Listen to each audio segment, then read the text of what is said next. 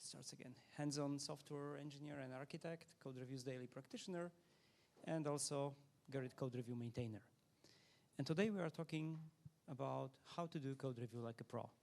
And the answer is pretty simple. Treat it as the fastest learning loop. Not the gate, not the formality, but the learning loop. If we can optimize that loop, the quality will follow. So let's dive in. Luca, it's not switching? No. Because you need to go on this. Yeah, probably we need to click here. Yes, perfect. Okay, but before we discuss what can be done in order to optimize it, let's quickly talk what's so special about code review. It's not just a bug catching game. It's our easiest opportunity, the best opportunity to transfer knowledge. When senior developer explains particular architectural pattern during the code review, that knowledge spreads across the whole team. When team aligns on practices, they are getting consistently applied to the whole code base. When we share domain insights, that helps to bring down silos. And research backs this up. Studies shows that reviews serve dual purposes: technical quality improvement of the code and the knowledge transfer. The remarks given by reviewers are, the things that are given in context exactly when the developers need it. And in my opinion, that's the code review unique selling point. But what does good code review mean? How it could be measured?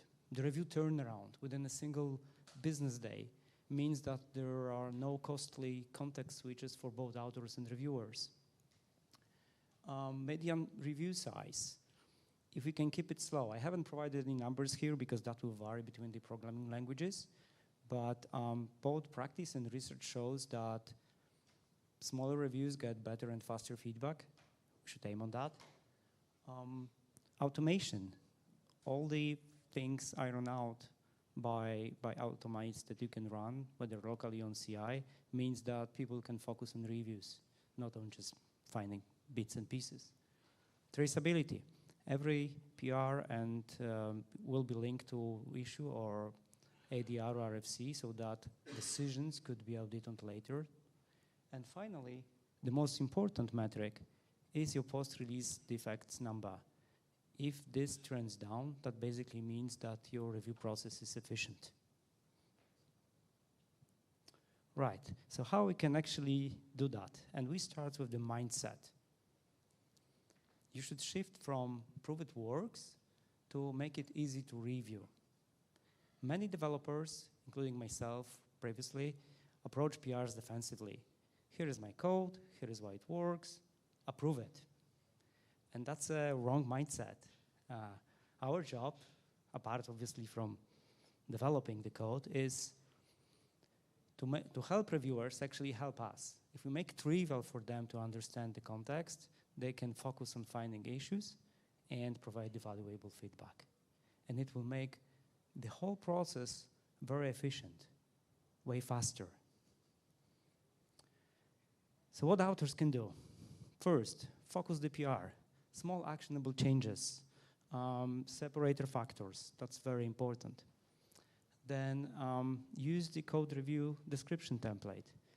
Always write what's the intent behind the change. You could also give some hints how reviewers should approach the code or how the change will be rolled back to the production. That context is gold. Whatever you put there will be used by the reviewers. Then use conventional commits. Prefixes like fit and fix makes the commits history scannable. It also enables changelog automation. And last but not least, it gives an additional context to the reviewers. They know what they are dealing with. It's a new feature or a defect. They can use different mindsets to approach to the review. Develop self-review checklist. Within your team, you can agree what's important that should be checked prior you push your change to the review. It could be naming convention, for instance, but many, many more. run whatever is feasible locally, all those formatters, linters. Don't push broken code to CI. Treat it as a safety net, not as a first line of defense. These days, when we push a lot, this is very important piece because CI gets as a scarce resource and it will be a waste. And last but not least, use agents. If your company policy allows, use agents like Copilot and the others, but properly tune it first. And obviously, you can use it to scaffold either testing or even write whole functionalities. We've seen all those videos. The thing is that your job would be to verify the outcome. Never offload that to the CI or to fellow reviewers. That is not making code review efficient. And you can also use agent in different way. You can use it as a first reviewer of a change. It will iron out a lot of things from it. And potentially, if properly configured with context, find the real issues too. Right. And here we have the other side of the story. Reviewers, we should also shift our mindset from finding flaws to coaching craft. As a reviewer, you are not a gate, you are a guide. That basically means that you should always tag your comments with severity, whether this is blocking or not blocking, so that authors know where to focus first and approach to the blockers first.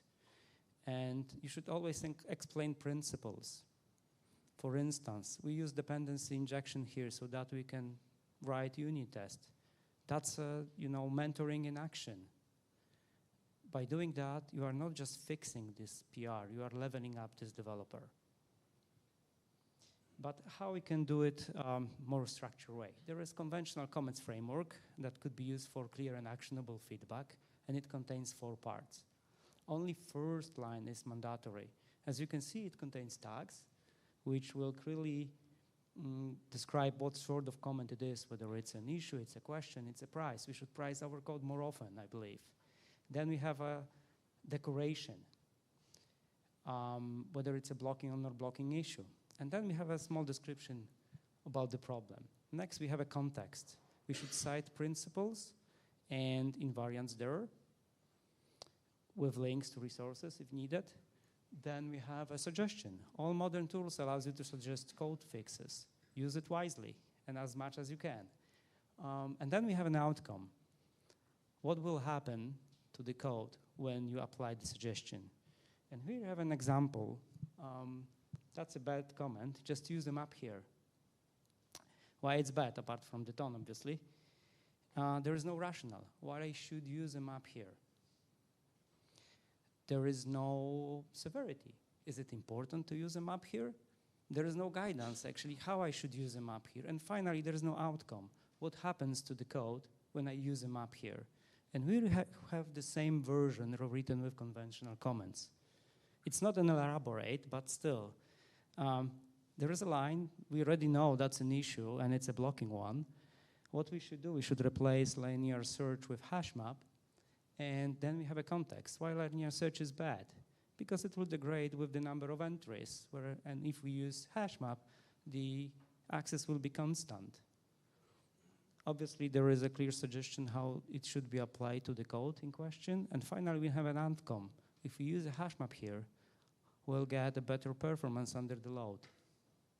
Notice how why got explicit here. Author knows first how it should fix their code, and then why it's important to fix it and what will be gained by that. But sustainable code reviews is a team sport, so here are a few techniques and tools that could be used to keep it running. So first, store code review description template in the repository. You will get consistency. Use code owners and rotation to ensure code coverage, proper code coverage, especially the tricky parts of the code, and participation. Then decide on the SLA, first response within a single business day, so that you keep the momentum. People have everything fresh in memory. They can review it faster. Then link principles or invariants to the resources so that you build institutional memory. People can always go back to the PR and find the link that was, pointing to the important part. Invest time in automation. Obviously, everyone says that. But there is a catch. You can use all the reviewing agents. That's a good stuff. Again, if a company policy allows that.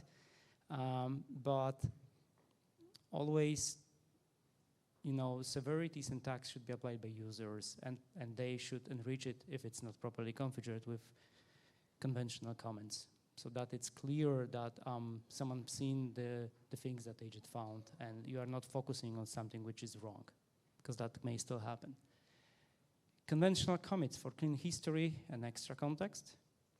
And finally, in the page that I shown previous, there are a lot of plugins that you could use to have consistent conventional comments.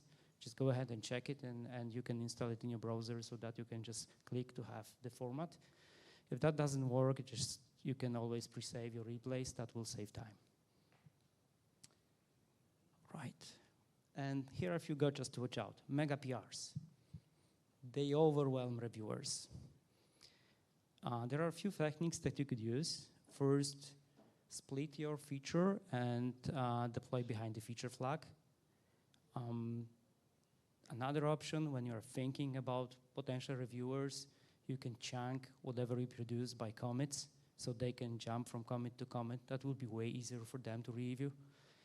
And then, eventually, mega PRs will happen.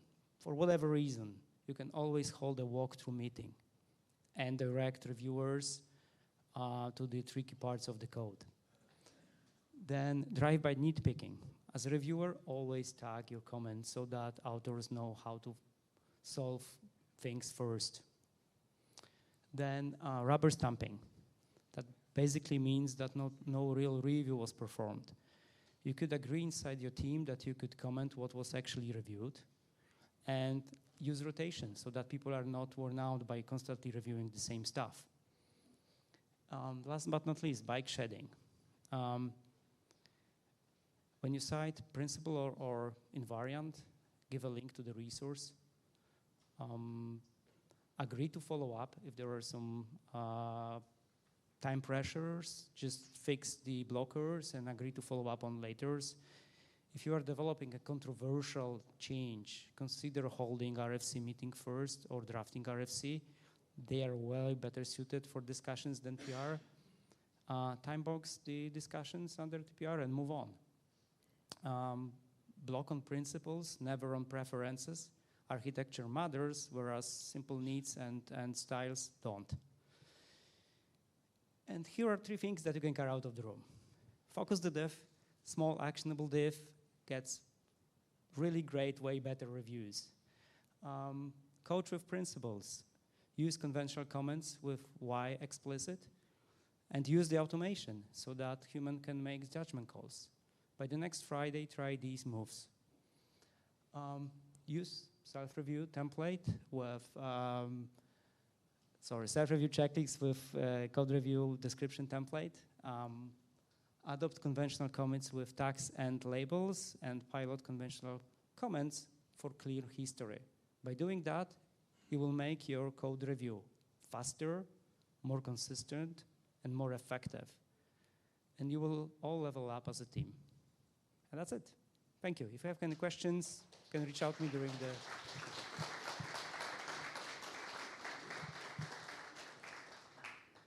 We don't have so much time for questions. Let's take much more 5 minutes. Can I just do the first one? First question is actually, I believe you touched about mega PRs. Yes. You've got the guy that actually started a tool that is making PRs.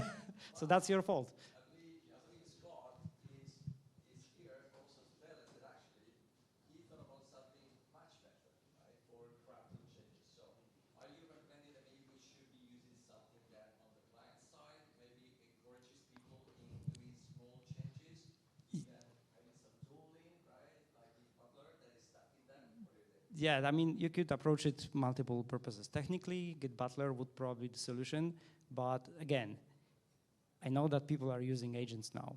I mean, period. We are not getting away of it. you can always instruct it to make the code reviewable. Slice it vertically, not horizontally, because if it produces layers of code, nobody knows what's the main reason behind it. So if you slice it horizontally, that will give a chance for reviewers to actually understand what it's for. That would be my advice, right? Any other questions? Yes, do you have an extension available to Carrot where we can use all these? I had an idea to do that on some user summits, actually, and maybe I will go back to that idea and we'll develop some plugins so that conventional comments could be conveniently used, because I believe in power of it, really. It changes how comments are perceived by the author. I really way better work if I have, for instance, question, and I know that's a question, and it's not questioning my code, it's just a question because someone didn't get it, right? And that's okay, because I wrote it. Might be completely different for someone else. Yeah. How do you deal with people that are reluctant to adjust to those principles? Yeah, that's a good question, and it's not an easy to answer, right? I'm trying to show the outcome. The most difficult part is obviously thinking about how people will approach to the code later and planning your development, right? Because you want to get rid of it. You want to deliver the software. You don't care. But that's what I mentioned. The mindset is the first step to the path, right? If you make the code, think about making code reviews simpler, then you will think, okay, I can stop now. I can create a commit, and I will approach different part of the solution in another commit. And that will be already way better than putting everything together. And I also know that when we see a broken code, that's a natural urge to fix it, right? You see, okay, it's a few lines down, I will fix it. It's okay. And it's okay to not fix it. I mean, obviously, it's better when you fix it, but you can, even when you are in the PR situation, you can create a small commit for this particular fix and name it. So that people, when they are reviewing, they just get the context. It's out of context. Okay, he just fixed it. It's good. I can move on to another commit. It takes a bit of time, trials and errors, but eventually I believe it's way easier to the reviewers to approach to the code, and then eventually, as I said, you will get feedback which is valuable, not some complaints.